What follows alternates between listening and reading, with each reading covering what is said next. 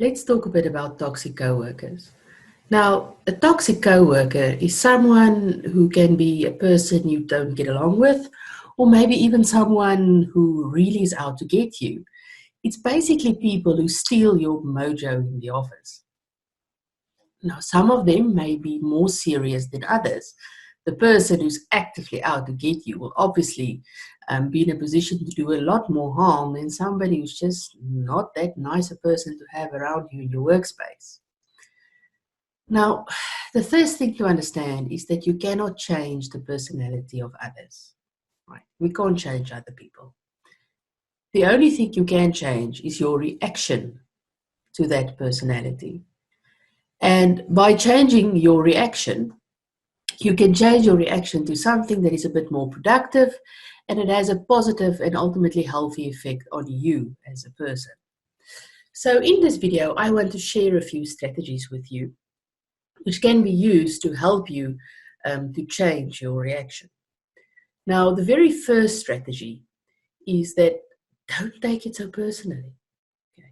Often, when people are mean and nasty, especially in the workplace, it's all about them. It's got nothing to do with you.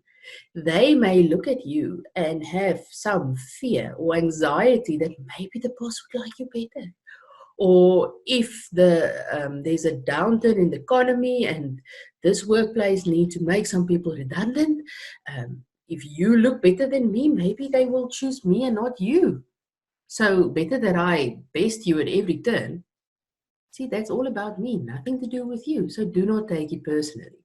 That's the one. The other thing about not taking this personally is the effect that it has on you. It is so draining and it can be so frustrating to spend all this energy on constantly actively disliking a person. Okay. So that specific energy, you can spend so much better. You can actually spend that energy to really be better at doing the job. The second thing is, let's talk about it. And with this, I don't mean gossip and talk with others. We'll get to that one in a bit. I mean talking to the person that you are struggling to get along with. So here, I would suggest that you invite this colleague to a coffee, maybe a walk around the lake if you've got something like that in your office, or just to go and meet at a private space. This is not the type of discussion to have in an open area. And then to explain to this person, you know what, that this is what is happening. Now, I would suggest that for this conversation, you use the COIN methodology. Now, COIN stands for first, you give the person the context. Then secondly, your observation. Thirdly, you share what is the impact. And then after some discussion, you guys can hopefully jointly agree on what would be next. So as an example of a COIN discussion, you can say context is that I feel there is a lot of tension in the workspace. That's the context. And this tension is impacting me negatively. Still part of the context. So it's still get a little bit of impact, but just to kind of set the mood. So my observation then comes. I've noticed that whenever we are together in a team meeting, you often interrupt me, if that is the conduct that you do not like, or that you are unnecessarily critical in your comments on my work, if that is the context, or whatever the observation would be, you then state that. And then the next thing, so what is the impact of this? Because why is it important for us to have this discussion in the first place? So impact could be that, you know what, this upsets me, or it could be that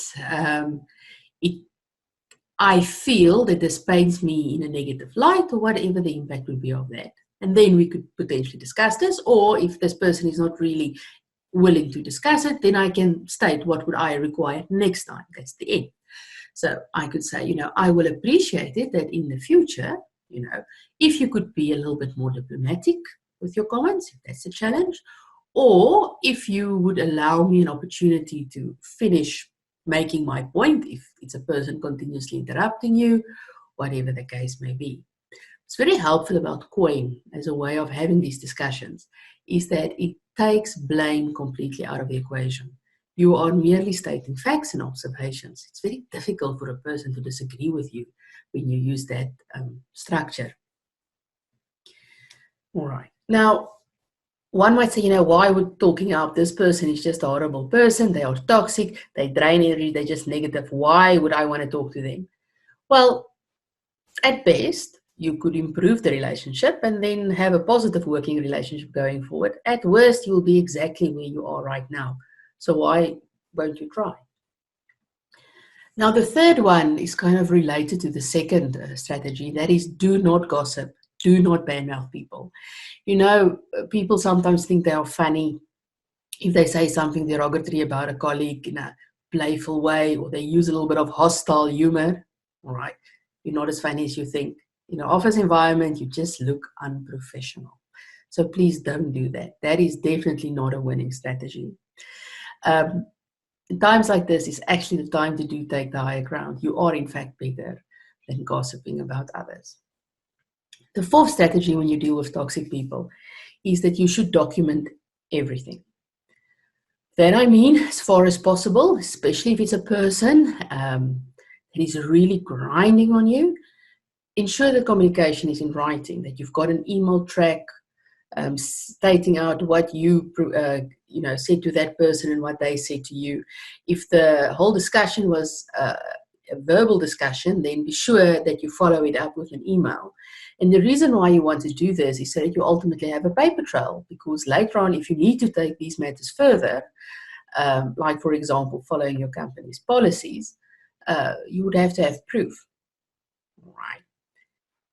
The fifth strategy is killing them with kindness. Now, I really believe in this specific strategy, and I've used it many times in my own life, my career up to date. I've really utilized this quite a bit. So for those people, especially the ones who are the meanest, say things like, good morning, goodbye, good manners. No, we all have good manners. If they ask you for something, you say, of course, with pleasure. If they do something, even if they have to, because it's their job, then you say thank you. You have the nicest, most polite way of dealing with these people. All right. It's very difficult to be rude to somebody who's just nice. Okay. My sixth strategy, and this is almost more like an observation, is you don't have to like everyone. Similarly as they don't have to like everyone. So sometimes the best thing you can do is just to accept, you know what, our personalities just don't gel. Let's see how we can still be professional in the office, because ultimately that is what is necessary for the team to move forward. I hope these tips have been helpful.